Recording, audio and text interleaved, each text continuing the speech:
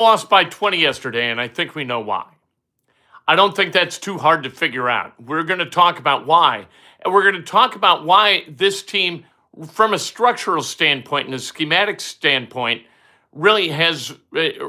We have reason to believe they're on the right track. And I'm going to give you a really good example of what that is. They got a game this Friday against Purdue. They're going to have to hit 3-point shots to beat the Boilermakers. That's the way it is. And the way Indiana is shooting threes, the volume of threes, really important that they make a bunch of them because they're shooting more than they ever have. They're going to set the all-time program record, and they're going to destroy it. We'll talk about that. We'll talk about IU football. They got their spring practices coming up. It's less than 3 weeks away. And who can believe that? It seems like, 4 weeks since they won the national championship. And you know what? It is. It was 4 weeks ago today. Can you believe that? That's unbelievable to me. We're going to talk about the NBA All-Star Weekend. I'm going to try to make it less tedious than it was in reality. I'm going to try to describe it in ways less than it was. And Adam Silver, I mean, God almighty, could he be more detached from your fan base? Could you have less an idea what your fans want? Listen to them. Talk to them. Stop doing research projects where let's send a survey to all the season ticket holders of the league and see what you've got to grow this game. And you grow this game through competition. You don't grow the game through entertainment. It's through competition. That's what people love, unless they're idiots. And hey, who knows, right? We're going to talk about the Colts. They got a plan. We know they got a plan. What kind of a plan is it? We're going to talk about that too. This is Breakfast with Kent for Monday, February 16th, 2016. Brought to you by 216. And it's 2026. There you go. A lot of twos and a lot of sixes today. Brought to you by the great people at Today's Dentistry, Dr. Mike O'Neill, the best dentist that there is. So if you're within a 90-mile radius of Indianapolis, you owe it to yourself to call 317-849-2933 and make an appointment to have your teeth saved by the best dentist in the world. Did you know that your dental health and your cardiac health inexorably linked? Don't deny yourself the wonders of a healthy mouth. Again, 317-849-2933. Become a member. You get to take part in our Monday coffee or our Saturday coffee with Kent. Saturday at 9 o'clock, we just sit and we chat and we have a nice time.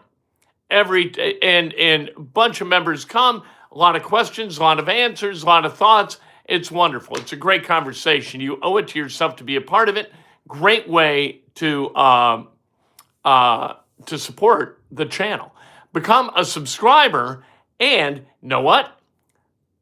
I have not heard, and I got to check this morning, but until last night, I had not heard from the winner of the Antoine Walker jersey. We've got another jersey that we're going to give away this week. Beasley from the Buffalo Bills, a jersey. Awesome. Donated by a viewer. The great Mark said it. Isn't that nice? Dropped it off at the house. Wonderful. So we're going to give that away this week. We got lots of stuff to give away. And when we get to 25,000 subscribers, boom, huge prize. Unbelievable. We got to get there to find out what it is. I've got to have an epiphany of what you want me to give away. And I can't wait for that. That's going to be awesome. So become a subscriber today. Doesn't cost nothing. Click the join button. Smash that like button.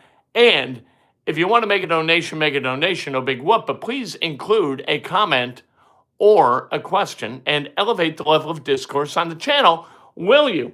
All right, let's talk about sports. Let's talk about Indiana basketball. Indiana basketball, 71-51 yesterday. That 51 points represent 12 fewer points than the football program scored against that same Illinois team, same university, obviously different team. They weren't playing basketball.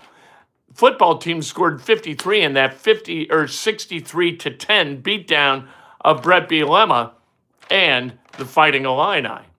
And why? They know why. We know why.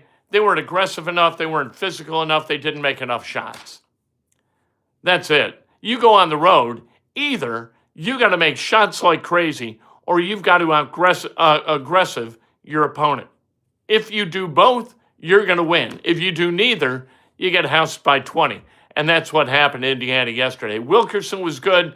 The rest of the team just a step slow, both on the offensive end and the defensive end.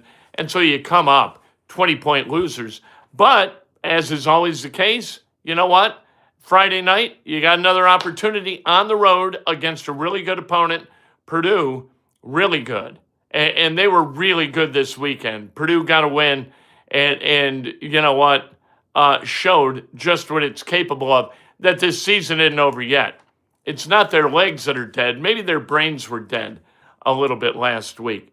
Things have got to be cleaned up for this Friday. The effort, the exhibition of basketball has to not be so mediocre. You can't be slow and play basketball. Indiana is shooting threes at an unbelievable rate. They have taken so far this year, they've taken 740 three-pointer attempts. IU took over 100 less last year. To this point, they took 100 less over the course of the entire season, and they made more than 50 less. Last time IU shot 743s was in Tom Crean's last season. And this year, they could get to 1,000. If they play like an extra game, they average around 29.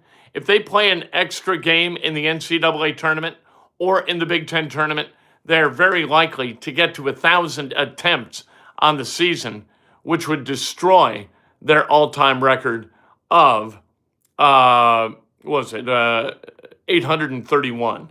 So there you go. Hoosier football, 3 weeks to spring practice. Can IU get back to the college football playoff? We're going to find out on October 27th and the 24th. Those are the dates of the games against Ohio State in Bloomington. And there's a game at Nebraska the week before that's not going to be a cakewalk. And the following weekend after that Ohio State game, you've got Michigan, at Michigan. Those 3 games, we're going to know what this team's got and whether they can go to the college football playoff. Toby Northern said it's not Wednesday, so realistically, aside from IU football, is there any reason to have hopeful expectations for IU men's basketball or the Colts? Because I'm not feeling it for either one. You should. You should feel it for IU basketball. Not a great game against Illinois. Illinois is a better team. I don't think anybody would question that, right? Did you think that Indiana was going to be the better team yesterday? There was a chance they could win if Illinois didn't shoot the ball well and somehow Indiana out-aggressived Illinois. Indiana had a shot. That didn't come to pass. So, I mean, if you're talking about winning a national championship, no. You should have no optimism whatsoever that they're going to win a national championship. I don't think that that's in the cards. They would have to get really good and have to go on a straight heater in the month of March. But they could win this Friday against Purdue. We know that they can beat Purdue. They have beaten Purdue. Then you've got games against Northwestern, Michigan State, and Minnesota, all at home. Those are all winnable. And then the final game of the season is against Ohio State and Columbus. You could win that one too. So yes, be optimistic. That's not foolish. Now the Colts, let's talk about the Colts. Because the Colts have their offseason plan.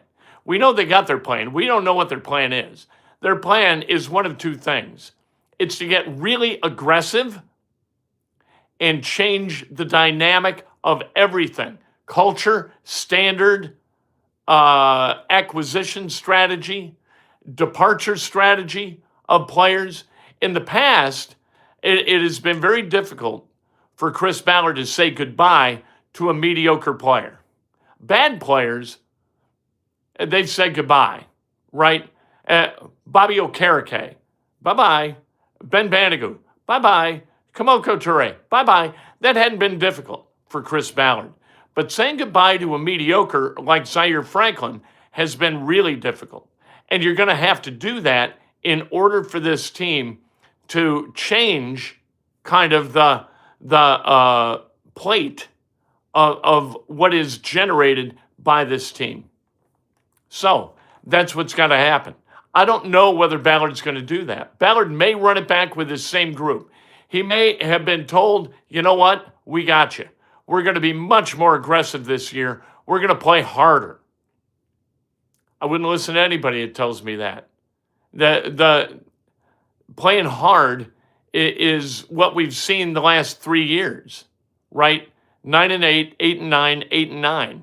That's the level at which this team plays. Having Daniel Jones healthy for an entire year, number one, difficult to imagine. Number two, he's gone to the playoffs once in 7 years of professional football. I don't know. You're going to get all optimistic over Daniel Jones? Maybe. 7-1 was there, but it was against substandard opponents. You had 4, Titans twice, Raiders, Cardinals, bad teams in the first 8. You know what? A good win or 2 among the first 8 games, and then another not so bad win against Atlanta when they played in Berlin. Not too bad. We'll see. Until free agency, we're really not going to have any idea what this team's going to do. And so let's wait for that. All right. But Chris Ballard, if he runs it back, that guy, I don't know whether that's a sign of having a big set or a tiny set. I'm really not sure, because you ought to know what this team is. You ought to know what they got, right? Same group, last 3 years, absolute mediocrity. And if you run it back with that group and expect a different result, that, yes, insane, but 2, you got to have a pretty big set to make that case to your owner. I really believe in Zaire Franklin. I do. Not me. This is Chris Ballard, right? I really believe in that offensive line. I really believe in Michael Pittman Jr. Those are tough cases to make. Nothing against Michael Pittman Jr., but injuries have kind of depleted his physical sort of being to the point where he can't get open anymore. And that's tough. You're throwing 50-50 balls to a guy who comes down with most of them. Didn't have a bad year last year. That's for sure. You're right about Ballard, Toby, but I fear he will be good enough to keep his job. I'll be surprised if they even go 8-9 again. I don't doubt Steichen, but now I'm in the boat that until Ballard's gone, 10-plus wins is unrealistic. I think they'll go 8-9. And the way it is right now, they'll go 8-9 because that's what we've seen, right? So I believe what we've seen. That's recency bias, and I'm guilty of that, for sure. But I can't imagine them winning 7 or 6 or something like that unless they get really, really aggressive, and through that aggression, they deplete talent without replacing it. Seems absurd even to discuss that, doesn't it? NBA All-Star Weekend, my God. This was, how often did Reggie Miller and whoever else was on the call talk about it? And you doubt their effort? And you doubt their commitment to playing hard? Yes, I did. And I was right to. They still didn't defend anybody. Play like you mean it. Look, competition without competition, well, that's 0. Competition minus competition, 0. And the NBA right now, what do you see? Playoffs? Playoffs really good, right? Regular season? 82 games is too many. Way too many. You want to reduce tanking? Reduce the number of games. You want to increase the level of effort over a 48-minute game? Decrease the number of games. The answer is clear. Decreasing the number of games gets everything right, but they won't do it. Decreasing the number of games to 62 or 60 would fix this thing and get it right. All-Star break's terrible. The slam dunk contest, my God almighty, who the hell was that guy who won a slam dunk contest? And what the hell were those dunks? Like those dunks are easily done by a jumpy high school kid. Why would we want to spend our time on a Friday night, even in February, watching that? And then the All-Star games, these bizarre 12-minute games, the first couple were kind of exciting at the end, but nobody played any defense. There wasn't any defense going on. Nobody helped, ever. No help side. It's ridiculous for me to expect it or hope for it. JD's takes, does Ballard keep his job at 8-9? No, he won't. Sam Darnold is not elite. They put incredible talent around him and had a dark side elite defense. The defense won the Super Bowl. That's for damn sure. And the Colts don't have that kind of defense. And it's unlikely they're gonna. They would have to get an elite level edge who could stay healthy. Hendrickson, can he stay healthy? Right? If Moody Ward plays and stays healthy, if Wally can get healthy, and you've got Sauce Gardner, right? Safety, you're in pretty good shape as long as you re-sign Nick Cross. That is not a mediocre box safety. And you've got to replace both linebackers. That's a lot to get done. And not just replace them, you've got to upgrade them significantly. That's the road ahead for Chris Ballard. I just didn't understand Keyshawn Johnson. He's played a total of 257 minutes. He's a slam dunk champion. I think he got sent down to the G League.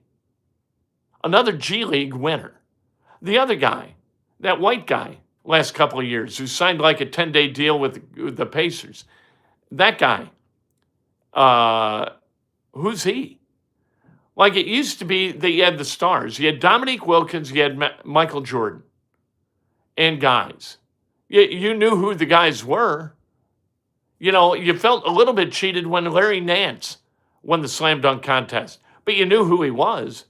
I'd never heard the name Keyshawn Johnson. Not heard the name. I watch the NBA. Never heard it. Why do I watch the NBA? Because it's my job to watch the Pacers. It's not for enjoyment. I like doing what I enjoy. The NBA is not what I enjoy. And that's Adam Silver's fault. He has capitulated to the players at such a level that they're not expected to play hard. And the people he gets mad at, he doesn't get mad at the players, ever. He gets mad at the teams and the owners and the Pacers, who were fined $100,000 for tanking, despite the fact that they're 9-9 over their last 18 games. What the hell's the matter with that? Isn't he any good at math? What's the matter? You take that subtraction off in math, 18 minus 9 is 9. 9 plus 9 is 18. It works. It's in the opposite direction. What are you doing? Basketball was marginally better, but who did the Stripes win? Did the Stars win? I don't know which ones these were. They were the young guys, right? And they destroyed the old guys because the old guys just didn't care. That's sad. If they don't care, why am I going to care? How many people were at the Staples Center, it wasn't the Staples Center, it was at Clippers Arena. I don't even know what its name is. How many people were there on Friday night? Those blinking lights? What do you think they were there for? They were there to simulate fans. And they were blinking in unison all over the arena, and the arena was darkened so we couldn't see the empty seats. That's the bullshit of this league. That they are much more willing to lie to us and misrepresent their popularity than build popularity. How do you build back popularity in the NBA? You play games that are meaningful. That's what you do. Not to us, to the players. If the games are meaningful to the players, we'll watch. That's why we watch the playoffs. They're not meaningful in the regular season. And nobody tells them that they need to play harder. Great take on the NBA All-Star Game, but I'm glad the NBA realized they needed a regular national network TV presence to grow their fan base. If you can't watch your games, then relevance is lost. But Adam Silver comes out in an interview and says more people are watching than ever with these regional networks. Absolutely not true. Just a bald-faced lie. No pun intended. All right, let's celebrate some birthdays, shall we? Josh Larman, celebrating a birthday. Rex Harris, Catherine Ann, happy birthday. Sandy McMurtry, happy birthday. Mark Fields, Mike Murphy, Leslie Bailey, and Tom Snape, happy birthday. If today's your birthday, you celebrate like hell. If it's not your birthday, you celebrate somebody else. That's best done with an honest and specific compliment. This afternoon, I will show you the jersey that we will give away this week, and we will make a final determination on that Antoine Walker autographed jersey if you are Ali Salim and then some number. But there's only one Ali Salim who is a subscriber to this channel. You got to send me a DM on X telling me your name and address, and I'll send that Antoine Walker autographed jersey your way. If not, we're going to give that thing away this week again. Don't make me do that. Don't make me give things away twice. Come on, let's go. All right, have a great day. Enjoy yourself. And we know about birthdays, right? If today's your birthday, you celebrate like hell. If it's not your birthday, you celebrate somebody else. That's best done with an honest and specific compliment. Lift each other up. Don't pull each other down. Be good to each other and go Hoosiers. I will tell you okay, you want a phrase that pays? You got to be a subscriber to win a prize. So hit the subscribe, hit the join button. And the phrase that pays today is bounce back IU. And I think they will. I think the effort's going to be better this Friday night. Oh, wow. Sorry about that. Family friend and family wife passed away in a car accident. Very, very sorry about that. James, with all due respect, you can't spend a year outright saying we have to tank, and claim it's about competition. No. That's not 30 teams. 30 teams are playing games in a way that you would suggest that they are not giving 100% effort. The Pacers should tank. 100% should tank. They're doing a terrible job of tanking. They shouldn't win another game. They should tank. They can't make the playoffs. The idiots at the NBA built this system. It's on them. Why would you not tank? What do you gain by winning? You gain nothing by winning. Zero if you're Indiana. You have no chance to go to the playoffs. Donut. What are we talking about here? This is the NBA's fault. They built a system that rewards tanking, number one, and rewards it big, and allows NBA players just to play, even if they do play. Like, you don't have to sit Siakam. Maybe you do, because Siakam is the one guy balling, right? To the point where you want to stop his ass from balling. So maybe you have to sit him in order to tank a little bit. But he sat 4 games out of 55. The Pacers are woefully negligent in their non-tank attitude. I would reward the Pacers. I'd send them a check if I was Adam Silver for not tanking. What nonsense. You know what? If you're a manager, you know this if you're a manager. You got 2 options.